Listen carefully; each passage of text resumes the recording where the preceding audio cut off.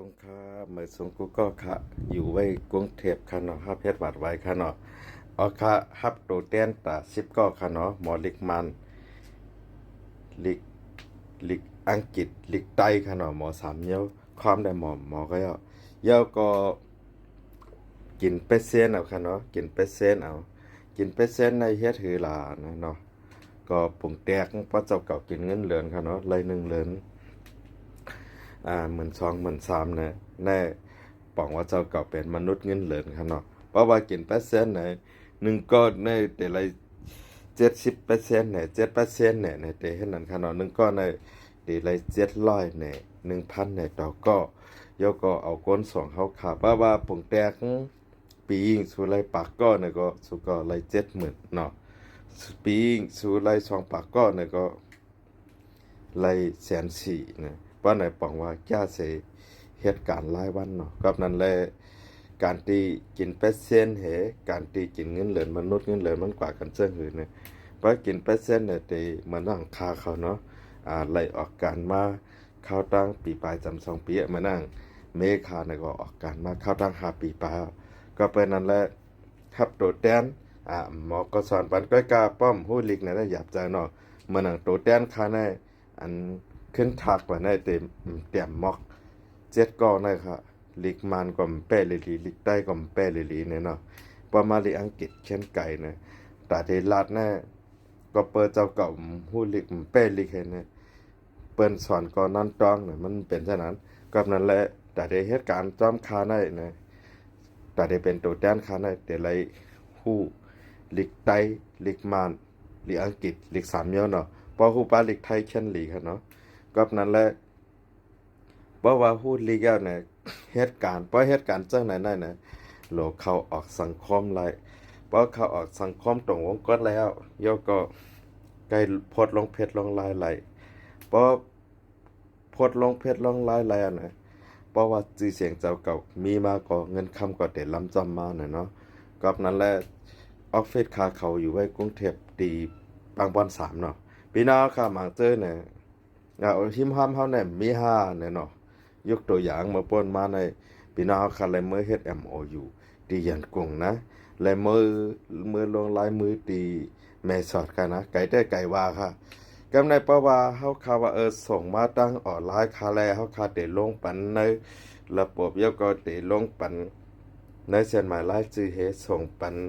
นะห้ำหยุ่มเฮาเนี่ยครับว่าเพราะหามาหาเฮาเนี่ยห้ำมาไก่หนาเนี่ยว่าก็พี่น้องเฮาคาเจติเคยยินวัดมานั่นนะให้เปิ้นมือยินให้เปิ้นมือขับถึงตีตินคุลอยสู่เฮ12,000 13,000 15,000เนี่ยก็ปั่นปินกว่าเฮาน่ะย้อนเปิว่าเจ้าเก่ากว่าจู้เบิ่นหลายเนาะเพราะว่าเปิ้นว่ายินมาตั้งระบบออนไลน์แล้วเพราะว่าหยุ่มตั้งค่าเขาเนี่ยก็เฮามาหยุ่มในวันเนาะกำในเปิ้นเป็นรัฐออฟฟิศเฮาคาอยู่ที่แถวบางปอน3ยกก็มายินตีร่วมเฮาคาแลนเฮามาไกลหน้าเนี่ยว่ายกก็มีวัดจังกว่าเนี่ยเพราะว่ายินออนไลน์สม่ำหยุ่มเนี่ยกับนั้นแหละคาไครัฐแต่ก่อนเนาะกาปอเฮาหยุ่มตีแล้วเฮาเฮ็ดดังนั้นกำในแต่ได้เฮ็ดวัดเฮ็ดไว้ในเฮาโหลดถามพี่น้องโอ้ยก็เฮาพี่น้องโอ้ยก็เฮาก็เฮ็ดวัดตีแล้วมันไล่เฮาจังก็ยินกำในพอเฮาได้ยินวัดไว้ในออนไลน์เนี่ยเฮาโหลดโดยจำขอความเปิดเฟซบุ๊กเปิดด้วยแต่คอมเมนต์เปิ้นจักก็จะได้ค่ะเนาะค่ะอันดับสุดแต่คาไครัฐก็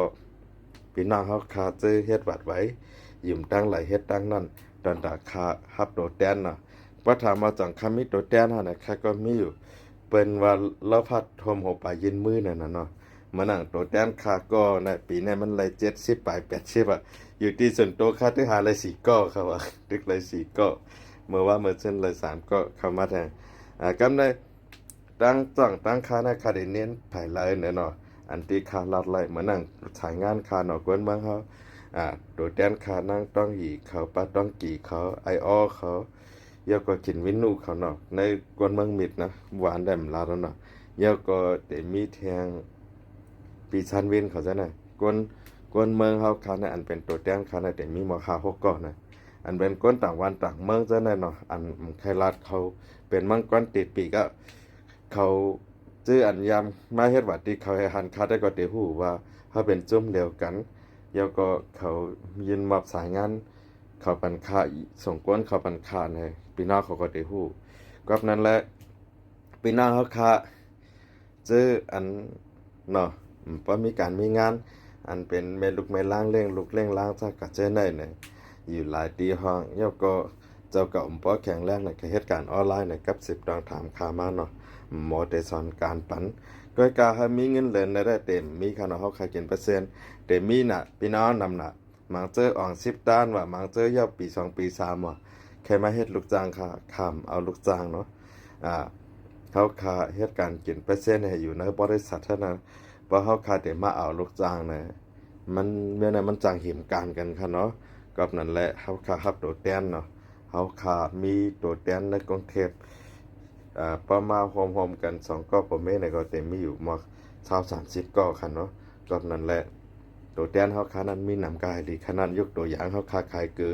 ถ้าเอาน้ำยัด1ปีเนี่ยก็เพราะเฮาค่าขายเลย1วันน่ะ30จอก50จอกเนี่ยก็เฮาค่าเลย30 40ถึง50เนาะเฮาก็มีรายได้